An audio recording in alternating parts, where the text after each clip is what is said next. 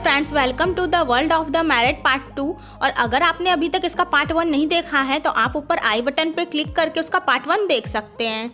तो friends, video में आगे बढ़ने के पहले मैं आपको कुछ जरूरी बात बताना चाहती हूँ कि मैंने इस ड्रामा के दोनों पार्ट कई बार अपलोड किए, लेकिन हर बार JTBC के CC क्लेम की वजह से मुझे वो पार्ट्स हटाने पड़े। तो मैं परेशान हो गई और फिर मैं इसके दोनों पार्ट नहीं डालने वाली थी, लेकिन आप लोग चूंकि रिक्वेस्ट कर रहे थे तो एक बार फिर से इस वीडियो को एडिट करके अपलोड कर दिया गया है। लेकिन इस बार आपको इस ड्रामा का इसमें कोई भी मटेरियल देखने के लिए नहीं मिलेगा। सो प्लीज इस वजह से इस वीडियो को डिसलाइक मत कीजिएगा, क्योंकि इस वीडियो को बनाने में काफी हार्ड वर्क किया गया है। तो इस वीडियो में आप कहानी देखने के बजाय केवल सुन सकते हैं। तो आई होप आपको ये वीडियो अच्छा लगे। तो जीसुन अब फुल रिवेंज मोड में रहती है, तो इसीलिए वो मिनहुन को डाक्यूंग के नेक्स्ट डोर में रहने के लिए भेज देती है, ताकि मिनहुन डाक्यूंग से दोस्ती कर सके और डाक्यूंग और लीते के खिलाफ सबूत जुटा सके। तो फ्रेंड्स, मिनहुन की लाइफ में भी काफी सारे कॉम्प्लिकेशंस रहते हैं, जैसे उसका अब्यूसिव बॉयफ्रेंड जिससे जीसुन ने मिनहुन को बचाया था। तो जब मिनहुन का बॉयफ्रेंड उसे मार पीट रहे थे तभी वहाँ जीसुन आ गई थी और उसके बाद वो उसके बॉयफ्रेंड को वार्न की थी कि वो उसको मेंटली इल बता के मेंटल हॉस्पिटल में भेज देगी, जिसके बाद वो मिनहुन को वहाँ से ले गई थी।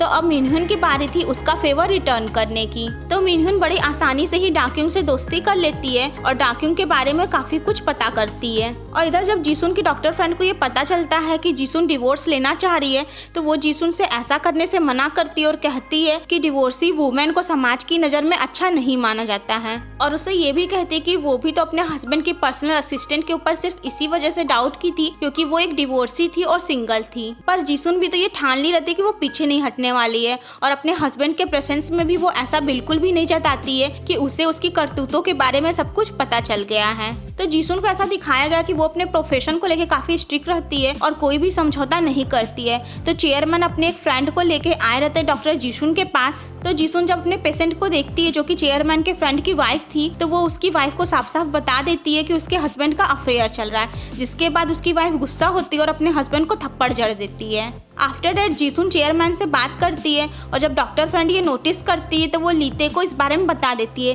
जिसके बाद लीते फौरन हॉस्पिटल की तरफ रश करता है। और इधर जीसुन चेयरमैन से ये बता देती है कि उनकी बेटी का एक बॉयफ्रेंड है। और जब जीसुन ये देखती है कि लीते भी वहाँ आ गया है तो वो समझ जाती है कि डॉक्टर फ्रेंड ने ही उसे इन्फॉर्म किया होगा। और आगे वो डॉक्टर फ्रेंड से कहती है कि वो उसके बारे में जान गई है कि वो एक डबल स्पाई है। तो फ्रेंड्स, उसकी फ्रेंड की कोई लॉयल्टी ही नहीं है, वो बस जहाँ अपना बेनिफिट देखती है उधर के साइड ही हो जाती है। तो इधर मिनहुन का बॉयफ्रेंड मिनहुन तक पहुंच जाता है और आगे उसे ये भी पता चल जाता है कि जीसुन ने मिनहुन को अपने हस्बैंड और डाक्यूंग का स्पाई करने के लिए लगाया है। तो इधर जीसुन जब मिनहुन से कांटेक्ट नहीं कर पाती तो काफी परेशान रहती है और वो अपने हस्बैंड को कॉल करती है जो उस समय डाक्यूंग के साथ रहता है, लेकिन वो बड़ी आसानी से झूठ बोल देता है कि वो अपने काम में बिजी है। तो जीसुन ये जान जाती है कि उसका हस्बैंड झूठ बोल रहा है और वो अपने हस्बैंड के झूठ से वाकिफ रहती है, लेकिन हर बार उसे उतनी ही तकलीफ होती है जब भी उसका हस्बैंड उसे झूठ बोलता है। तो जीसुन रात में रनिंग के लिए निकल जाती है और रास्ते में उसे जेहुक मिलता है जो उसका पड़ोसी था और उसके हस्बैंड का दोस्त था।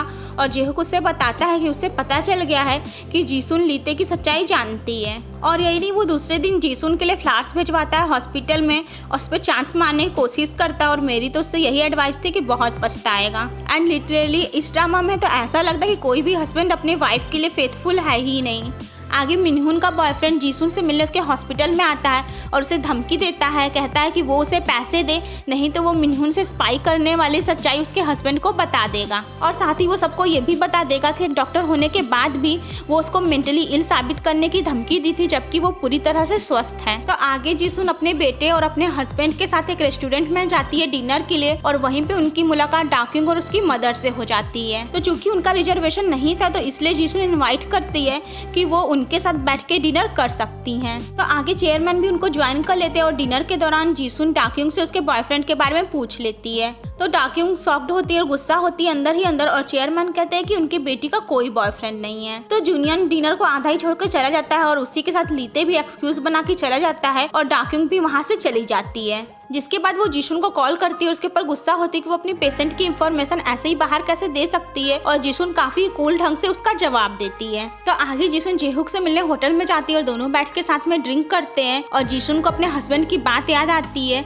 जो डाक्यूंग ने उसे बताया था। वो अब अट्रैक्टिव नहीं रह गई है। तो आगे जब जीसुन जेहुक से बात करती तो वो ये भी पूछती कि लोग आखिर चीट क्यों करते हैं। फिर जेहुक वही बोर होने वाला डायलॉग मारता है कि एक सारता से बोरियत हो जाती है और कुछ एक्साइटमेंट करने के लिए मैन ऐसा करते हैं। और साथ ही वो जीसुन से ये भी कहता है कि वो जीसुन को लाइक करता है और जीसुन से कहता है कि उसका हस्बैंड उसकी जैसी वाइफ को डिजर्व नहीं करता है, वो एक जर्क मैन है। जैसे कि वो बड़ा अच्छा, वो खुद मैरिड होके दूसरे की वाइफ पे चांस मार रहा है। और यही नहीं, वो जीसुन को अपने होटल रूम में इनवाइट भी करता है। इधर मिनहुन डाक्यूंग से मिलने आती है और मिनहुन काफी घायल रहती है क्योंकि उसका बॉयफ्रेंड उसको मारा पीटा रहता है। तो वो डाक्यूंग से अपने बॉयफ्रेंड के बारे में बताती है और ये भी बताती है कि वो अपने बॉयफ्रेंड से ब्रेकअप कर रही है। तो जिसके बाद डाक्यूंग को ऐसा लगता है कि लीते के साथ भी शायद उसका कोई फ्यूचर नहीं है क्योंकि लीते तो अपनी वाइफ से डिवोर्स ले ही नहीं रहा है। और उसके बाद वो पहुंच जाती है लीते के घर उससे ब्रेकअप करने के लिए और वो लीते से झूठ बोलती है कि वो अबॉर्शन करवा ली है और साथ ही उससे ब्रेकअप कर लेती है, जबकि लीते बार बार उससे रिक्वेस्ट करता है कि वो उसके साथ ब्रेकअप ना करे। तो इधर जीसुन जेहुक के होटल रूम में पहुंच जाती है और जेहुक उससे कहता है कि उसे अपने हस्बैंड से बदला लेने के लिए उसकी बात मान लेनी चाहिए और जिसके बाद दे स्लेप्ट टुगेदर। आगे जीसुन उससे लीते के पर्सनल अकाउंट के सारे इन्फॉर्मेशन मांगती है। तो फ्रेंड्स आगे दिखाया गया है कि जीसुन का वो पेशेंट जिसे बर्थडे पार्टी वाले दिन कैमरा मिल गया था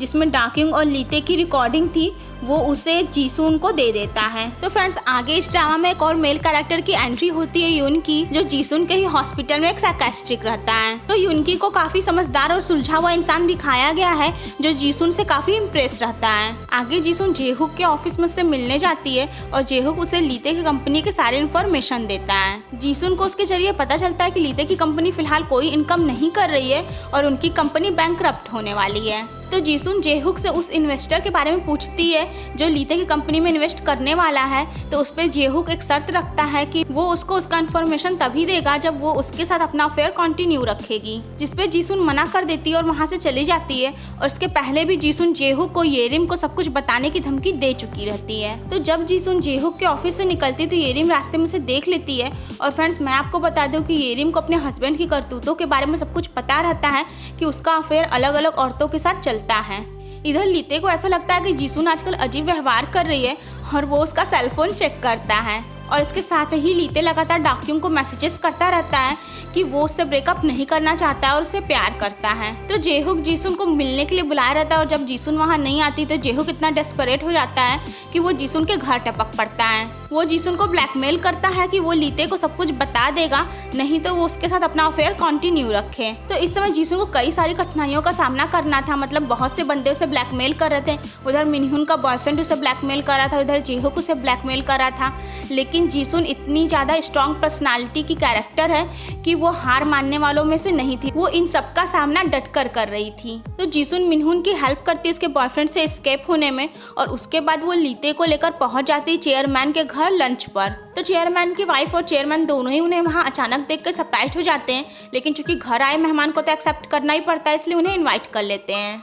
तो डाक्यूंग भी आजकल अपने अपार्टमेंट में नहीं बल्कि अपने माता पिता के साथ ही रह रही थी और वो भी उन्हें वहाँ अचानक देख के एकदम से शॉक्ड हो जाती है। बट इससे ज़्यादा उनके लिए शॉकिंग तो तब रहता है जब लंच के दौरान जीसुन डाक्यूंग का और अपने हस्बैंड के अफेयर को रिवील कर देती है, क्योंकि जीसुन को ये भी पता चल गया रहता है कि जो उसके हस्बैंड की कंपनी में इन्वेस्ट करने वाला है वो कोई और नहीं बल्कि चेयरमैन ही है। तो एक तरीके से देखा जाए तो जीसुन ने अपने हस्बैंड के नए रास्ते को भी बंद कर दिया था, क्योंकि ये जानने के बाद तो चेयरमैन उसके बिजनेस में बिल्कुल भी इन्वेस्ट नहीं करने वाले थे।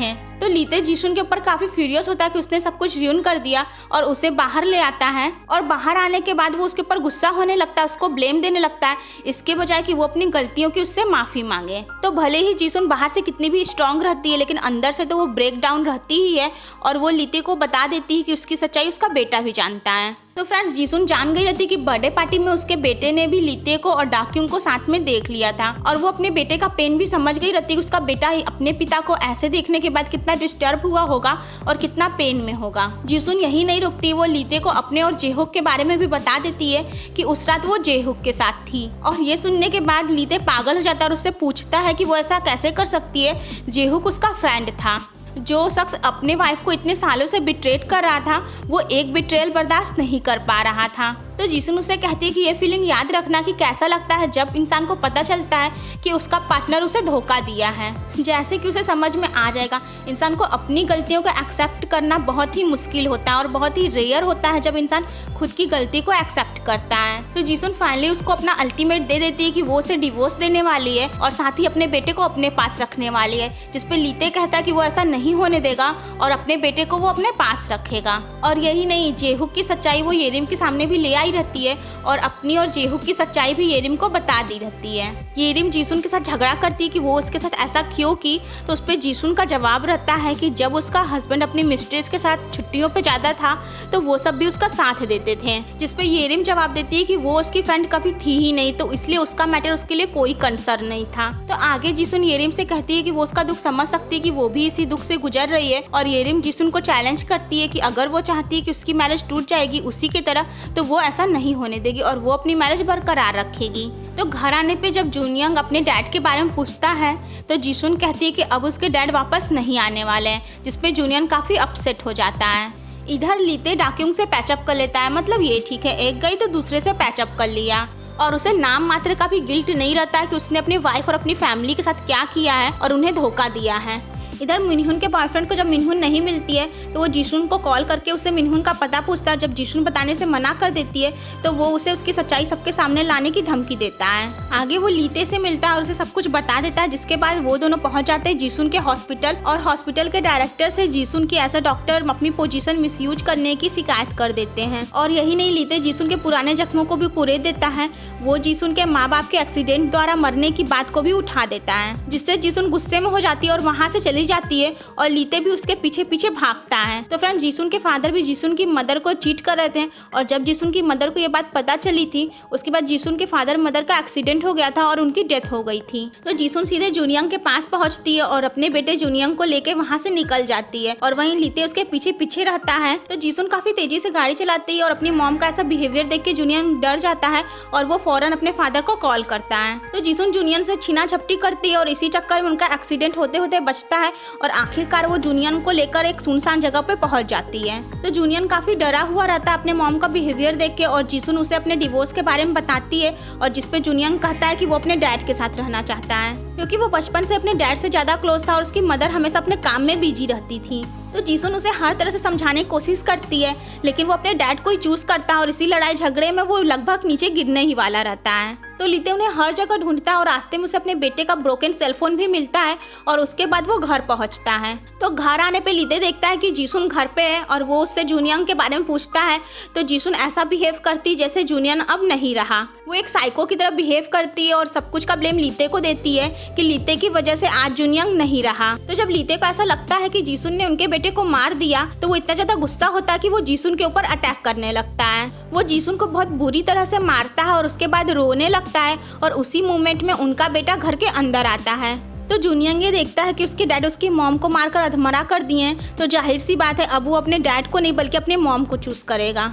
तो लीते ये समझ आता है कि जीसुन ने ये सब कुछ इसलिए किया ताकि जूनियंग उसे चूज कर ले और जूनियंग की कस्टडी भी उसे आसानी से मिल जाए। तो आखिर जीसुन विन हो जाती है, लीते उसे डिवोर्स दे देता है और जीसुन को सब कुछ मिल जाता है। तो आगे लीते डाक्यूंग के साथ वो सिटी छोड़कर चला जाता है और इधर जीसुन अपने बेटे के साथ रहती है। तो फ्रेंड्स 2 साल का लीव हो जाता है और जीसुन अपने बेटे के साथ रहती है, उसका ख्याल रखती है और 2 साल बाद एक बार फिर से लीते की एंट्री होती है उस सिटी में और उनकी लाइफ में। तो लीते के उनके लाइफ में दोबारा आने से क्या होने वाला है ये तो आपको 3rd पार्ट में पता चलेगा। तो आई होप आपको ये वीडियो पसंद आया होगा, तो यार लाइक और कमेंट भी किया कीजिए और मिलते हैं नेक्स्ट वीडियो में। तब तक के लिए bye bye and take care.